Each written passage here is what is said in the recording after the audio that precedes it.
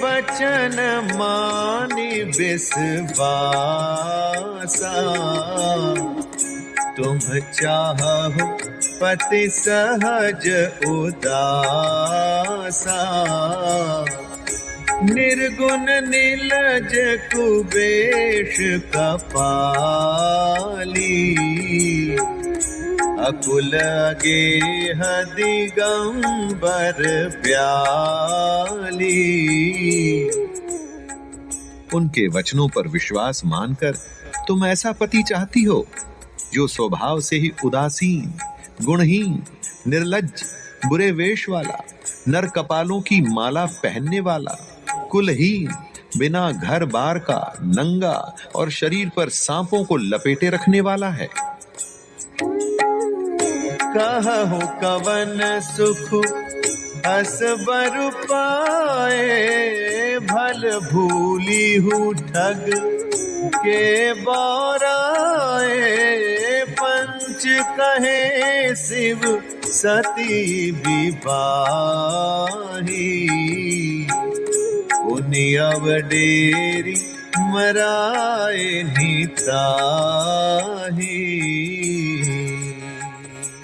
ऐसे वर के मिलने से कहो तुम्हें क्या सुख होगा। तुम उस ठग नारद के बहकावे में आकर खूब भूली। पहले पंचों के कहने से शिव ने सती से विवाह किया था, परंतु फिर उसे त्याग कर मरवा डाला। अब सुख सोवत सोचु नहीं, भीख मांगी भव खाहि। सहज एकाकिन के भवन, कब हो कि नारी खटाही। अब शिव को कोई चिंता नहीं रही। भीख मांग कर खा लेते हैं और सुख से सोते हैं। ऐसे स्वभाव से ही अकेले रहने वालों के घर भी भला क्या कभी स्त्रियां टिक सकती हैं? अजहु मानहु कहाँ हमारा, हम तुम कहूँ बरु नीक विचारा। अति सुंदर सुचि सुखद सुशीला, गावहि वेद जासु जस लीला। अब भी हमारा कहा मानो। हमने तुम्हारे लिए अच्छा वर विचारा है। वह बहुत ही सुंदर, पवित्र, सुखदायक और सुशील है, जिसका यश और लीला वेद गाते हैं। दूषण रहित सकल गुण राशि, श्रीपतिपुर वैकुंठ निवासी। असबर तुम्हि मिलाऊ बयानी, सुनत बिहसी कह बचन भवानी। वह दोषों से रहित, सारे सद्गुणों की राशि, लक्ष्मी का स्वामी और वैकुंठपुरी का रहने वाला है। हम ऐसे वर को लाकर तुमसे मिला देंगे। ये सुनते ही पार्वती जी हंसकर बोली, सत्य कहे हो गिरि भव तनु एहा, हठ ना छूट छूटे बरु देहा। कनकौ पुनि पशानते होई, चारे हूँ सहज न परिहर सोई। आपने ये सत्य ही कहा कि मेरा ये शरीर पर्वत से उत्पन्न हुआ है, इसलिए हठ नहीं छूटेगा। शरीर भले ही छूट जाए, सोना भी पत्थर से ही उत्पन्न होता है, सो वह जलाए जाने पर भी अपने स्वभाव को नहीं छोड़ता। नारद बचन न मैं परिहरऊं, बसऊ भवनु उजरऊ नहीं डरऊं। गुर के बचन प्रतीति न जेहि, सपने हूँ सुगम न सुख सिद्धि तेहि।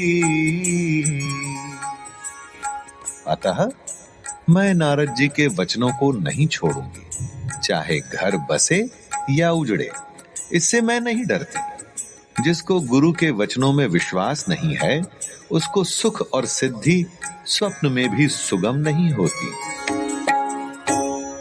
महादेव अवगुण भवन, विष्णु सकल गुण धाम, जेहि कर मनोरम जाहि सन, तेहि तेहि सन काम।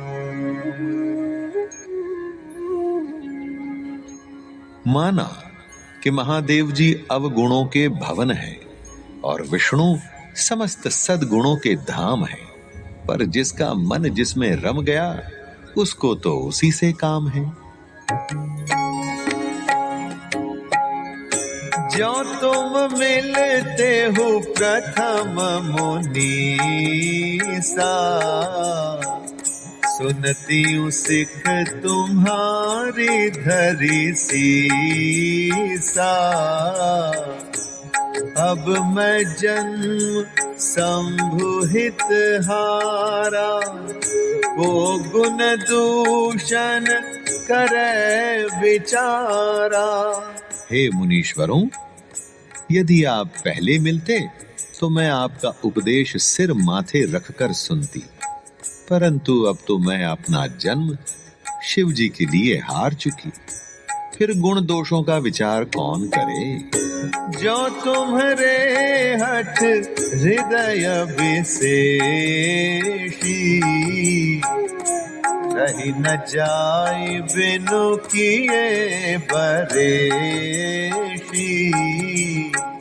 तो कौतुकिन्ह आलसु नाही, वर कन्या अनेक जग माही। यदि आपके हृदय में बहुत ही हठ है और विवाह की बातचीत किए बिना आपसे रहा ही नहीं जाता, तो संसार में वर कन्या बहुत हैं। खिलवाड़ करने वालों को आलस्य तो होता नहीं, और कहीं जाकर कीजिए। जन्म कोटि लगी रगर हमारी, परौ शंभु न तरहु कुंवारी। तजौ न नारद कर उपदेशु, आप कहि सत बार महेशु। मेरा तो करोड़ जन्मों तक यही हठ रहेगा कि या तो शिवजी को वरूंगी, नहीं तो कुंवारी ही रहूंगी। स्वयं शिवजी 100 बार कहें तो भी नारद जी के उपदेश को न छोड़ूंगी। मैं पापरौ कहै जगदम्बा, तुम ग्रह गवनहु भयउ विलम्बा। देखि प्रेम बोले मुनि ज्ञानी, जय जय जगदम्बिके भवानी। जगत जननी पार्वती जी ने फिर कहा, मैं आपके पैरों पड़ती हूं, आप अपने घर जाइए, बहुत देर हो गई। शिव जी में पार्वती जी का ऐसा प्रेम देखकर ज्ञानी मुनि बोले, हे जगत जननी, हे भवानी, आपकी जय हो, जय हो। तुम माया भगवान शिव, सकल जगत पितु मात। नाई चरण सिर मुनि चले, पुनि पुनि हर्षत गात। आप माया हैं और शिव जी भगवान हैं। आप दोनों समस्त जगत के माता पिता हैं। ये कहकर मुनि पार्वती जी के चरणों में सिर नवाकर चल दिए। उनके शरीर बार बार पुलकित हो रहे थे। जाय मुनि हिमवंतु पठाए, करि बिनती गिरजहि गृह लाए। बहुरि सप्त ऋषि शिव पहि जाई, कथा उमा कै सकल सुनाई। मुनियों ने जाकर हिमवान को पार्वती जी के पास भेजा और वे विनती करके उनको घर ले आए। फिर सप्त ऋषियों ने शिव जी के पास जाकर उनको पार्वती जी की सारी कथा सुनाई। भय मगन शिव सुनत सनेहा, हर्षि सप्त ऋषि गवने गेहा। मनु थिर करि तब शंभु सुजाना, लगे करन रघुनायक ध्याना। पार्वती जी का प्रेम सुनते ही शिव जी आनंद मग्न हो गए। सप्तर्षि प्रसन्न होकर अपने घर ब्रह्मलोक को चले गए। तब सुजान शिव जी मन को स्थिर करके श्री रघुनाथ जी का ध्यान करने लगे। तारक असुर भयउ तेहि काला, भुज प्रताप बल तेज विशाला। तेहि सब लोक लोकपति जीते, भय देव सुख संपत्ति रीते। उसी समय तारक नाम का असुर हुआ, जिसकी भुजाओं का बल, प्रताप और तेज बहुत बड़ा था।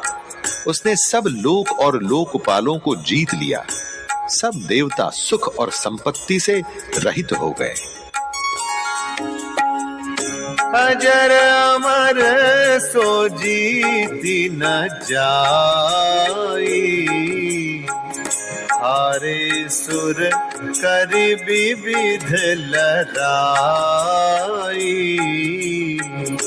तब बिरंचि सन जाई पुकारे,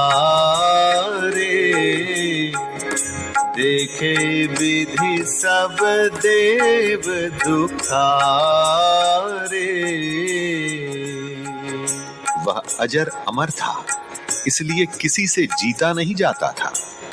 देवता उसके साथ बहुत तरह की लड़ाइयां लड़कर हार गए। तब उन्होंने ब्रह्मा जी के पास जाकर पुकार मचाई। ब्रह्मा जी ने सब देवताओं को दुखी देखा। सब सन कहा बुझाई विधि, धनुज निधन तब होय। शंभु शुक्र संभूत सुत, एहि जीतै रन सोई। ब्रह्मा जी ने सबको समझाकर कहा, इस दैत्य की मृत्यु तब होगी जब शिवजी के वीर्य से पुत्र उत्पन्न होगा। इसको युद्ध में वही जीतेगा। मोर कहा सुनि करहु उपाय, होई ईश्वर करिहि सहाय। सती जो तजी दक्ष मख देहा, जनमी जाय हिमाचल गेहा। मेरी बात सुनकर उपाय करो, ईश्वर सहायता करेंगे और काम हो जाएगा। सती जी ने जो दक्ष के यज्ञ में देह का त्याग किया था, उन्होंने अब हिमाचल के घर जाकर जन्म लिया है। तेहि तप कीन शंभुपति लागी, शिव समाधि बैठे सब त्यागी। यद्यपि यही असमंजस भारी, तदपि बात एक सुनहु हमारी। उन्होंने शिवजी को पति बनाने के लिए तप किया है। इधर शिवजी सब छोड़ छाड़ कर समाधि लगा बैठे हैं। यद्यपि है तो बड़े असमंजस की बात, तथापि मेरी एक बात सुनो। पठवहु काम जाय शिव पाही, करे क्षोभ शंकर मन माही। तब हम जाय शिवहि सिर नाई, करवाऊ विवाहु बरियाई। तुम जाकर कामदेव को शिवजी के पास भेजो।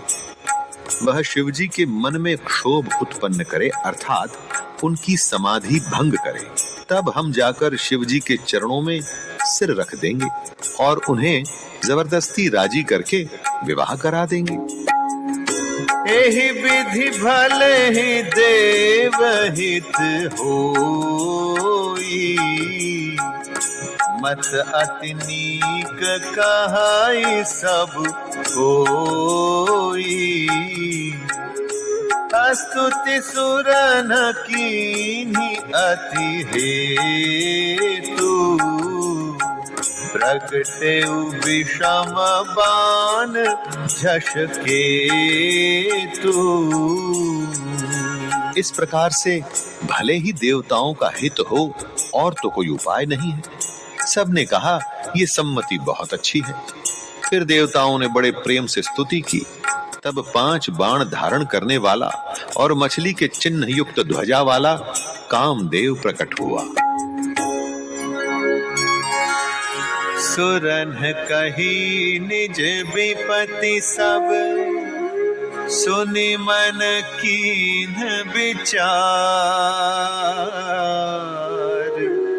शंभु विरोध न कुशल मोहि, बिहसी कहेउ असमान। देवताओं ने कामदेव से अपनी सारी विपत्ति कही। सुनकर कामदेव ने मन में विचार किया और हंसकर देवताओं से यूं कहा कि शिवजी के साथ विरोध करने में मेरी कुशल नहीं है। तदपि करब मैं काजु तुम्हारा, श्रुति कह परम धर्म उपतारा। परहित लागी तजय जो देहि, संतत संत प्रशंसहि तेहि। तथापि मैं तुम्हारा काम तो करूंगा, क्योंकि वेद दूसरे के उपकार को परम धर्म कहते हैं। जो दूसरे के हित के लिए अपना शरीर त्याग देता है, संत सदा उसकी बड़ाई करते हैं।